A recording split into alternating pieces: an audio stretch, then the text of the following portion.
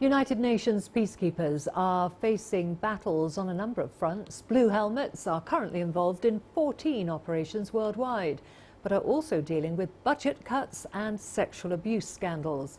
During the United Nations General Assembly, nations are set to reaffirm their commitment to the world body's peacekeeping efforts. CGTN's William Denselow is in New York with more.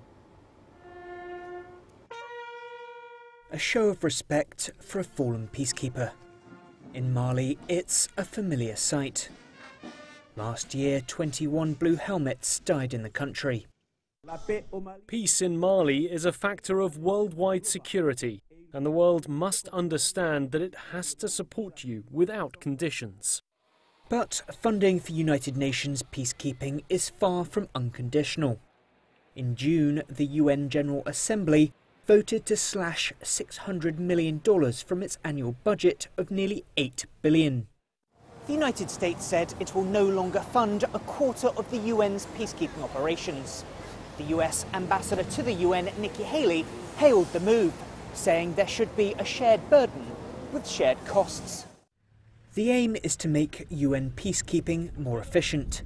But some warn it could have major consequences for blue helmets working in increasingly dangerous environments.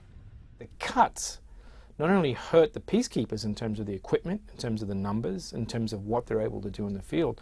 The people they truly leave vulnerable are the people who live in these countries. UN peacekeeping has been operational for 70 years. To mark this occasion, a high-level meeting is scheduled during the annual UN General Assembly. Nations are set to reaffirm their support for the work they do around the world. But this comes as blue helmets have been under fire for a slew of sexual assault scandals. Antonio Guterres has made this issue a key priority, but some say that the UN's inability to administer punitive measures remains a problem. If the countries themselves, the troop contributing countries, are not much more forceful in sticking their soldiers with stiff rules and stiff penalties, UN is pointless. Guterres calls UN peacekeepers the foremost symbol of the United Nations. And UN officials say the blue helmets remain the thin blue line protecting some of the world's most vulnerable people. William Denselow, CGTN, New York.